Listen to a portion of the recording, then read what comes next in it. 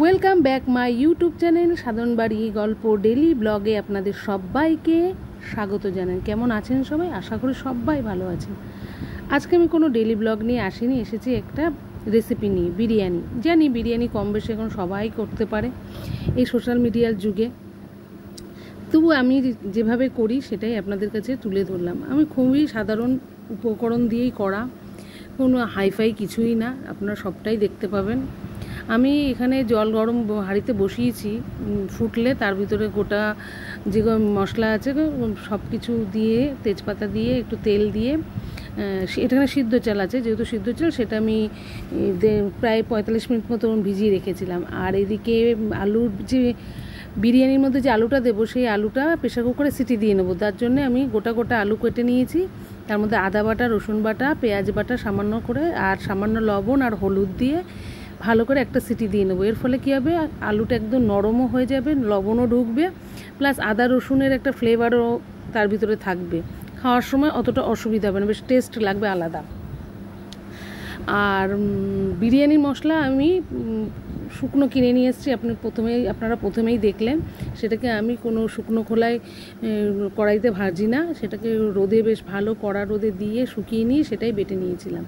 এই যে আমার ভাতটা মোটামুটি হয়েছে। এইদিকে মাংস নুন হলুদ দিয়ে আমি ধুয়ে মেখে রেখেছিলাম কিছুক্ষণ, তারপরে জল ঝরানো টক দই, পেঁয়াজ বাটা, আদা বাটা, রসুন বাটা, কাঁচা লঙ্কা বাটা আর লবণ দিয়ে ভালো করে এটাকে মেখে রাখবো। মানে একদম মুখে যেরকম আমরা মেকআপ করি না, ঠিক সেইভাবে প্রতিটা মাংসে যাতে ওই পেস্টগুলো মানে মশলাগুলো ভালো করে মাখানো থাকে, এতভাবে করো। এছাড়া আর দেবো এর সাথে কাশ্মীরি লঙ্কার গুঁড়ো আর হচ্ছে রেড চিলি পাউডার দেবো। আমি কিন্তু এখানে কোনো হলুদ ব্যবহার করব না। আর এই যে আমার যে বিরিয়ানি মশলাটা বেটে রেখেছিলাম শিলে, সেই 1 চামচ মতন দেবো, 1 চামচ আর একটু সামান্য মতন দেবো, দিয়ে এটাকে ভালো মতন 20 মিনিটের মতন মেখে রেখে দেবো। তাতে কি হবে, মশলাগুলো মাংসের ভেতরে ভালো করে ঢুকে যাবে, প্লাস গন্ধটাও থাকবে, বিরিয়ানির যে মশলার গন্ধটা, ফ্লেভারটা বেশ ভালো থাকে। আর এদিকে কড়াই গরম করে নিয়েছি, বেরেস্তা বানাবো। তার জন্যে আমি একটু বেশি পেঁয়াজ নিয়েছি, হাফটা বেরেস্তা করবো, আর হাফটা চিকেন কষা করার জন্যে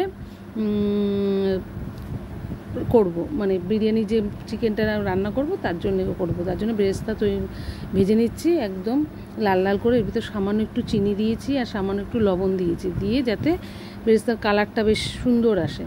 এই যেমন বেরেস্তাটা প্রায় হয়ে এসেছে, আমি এবার আস্তে আস্তে এই বেরেস্তাটাকে তুলে নেব, তুলে নিয়ে আবার নতুন করে পেঁয়াজ দেবো। এই যে বেরেস্তা দেখে যেন কালারটা কত সুন্দর এসছে।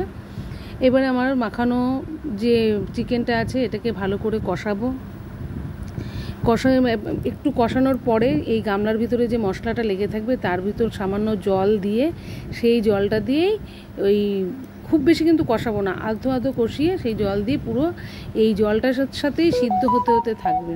কারণ বিরিয়ানিতে বেশি কষালে না, সে বিরিয়ানির ভিতর যে জুসি ভাবটা মানে থাকে না, কেমন একটা ছিবড়াচ্ছে, মানে চিকেন কষা যেরকম হয় সেরকম হয়ে যায়। কিন্তু এটাকে যদি একটু সিদ্ধ করে নিয়ে, মানে জল দিয়ে একটু সিদ্ধ করে নিয়ে কষালে জিনিসটা খেতেও সুন্দর হয় আর বেশ একটা জুসি ভাবও আসে। আমি এইভাবেই করি। আর এটাকে যে ভালো করে আস্তে আস্তে জলটা পুরো শুকিয়ে যাবে, আর এর সাথে চিকেনটাও পুরোপুরি সিদ্ধ হয়ে যাবে, আর বেশ গ্রেভিটাও ভালো থাকবে।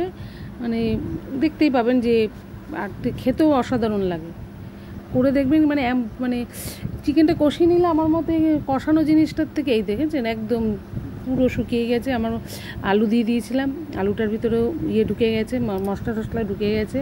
আর এইদিকে দুধের মধ্যে জাফরান ভিজিয়ে রেখেছি, আমি কোনো ফুড কালার ব্যবহার করব না, এই জাফরান একটু ভিজিয়ে রেখেছি। আর এইদিকে ভাত আমার হয়ে গেছে, জল মানে ফ্যান ঝরিয়ে নিয়েছি, ঘি গরম করে নিয়েছি, আর এইদিকে দিয়েছি এই যে জাফরান ভেজানো, আর এদিকে বেরেস্তা। এটাকে আমি পুরো লেয়ার ওয়াইজ যেটা করে সবাই আর কি, আমিও সেইভাবেই করব। সব এই যে আমার মশলা টশলা দিয়ে একটার পর একটা লেয়ার দিয়ে আমি বিরিয়ানিটি করেছি। আপনারাও এইভাবে করতে পারেন। আমি এখানে কেওড়া জল, গোলাপ জল ব্যবহার করিনি, কারণ আমার বাড়িতে কেওড়া জল গোলাপ জলটা পছন্দ করে না। আর দেখুন উপরে গোলাপের পাপড়ি আর বেরেস্তা দিয়ে সাজিয়ে দিয়েছি, দেখতে অসাধারণ লাগছে, খেতেও ঠিক অসাধারণই হয়েছিল। আশা করি আপনাদের। পরে আমি কলাপাতা, এই যে এখন একটু দমে বসিয়ে রেখেছি, 20 মিনিট দমে বসিয়ে রেখেছিলাম, পরে কলাপাতায় সার্ভ করেছি। অসাধারণ খেতে হয়েছিল। আশা করি আপনারা বাড়িতে তৈরি করে দেখবেন। এখানেই আমি আমার ভিডিওটি স্টপ করছি। ভালো লাগলে লাইক, কমেন্ট, শেয়ার করবেন। আজকের মতন টাটা।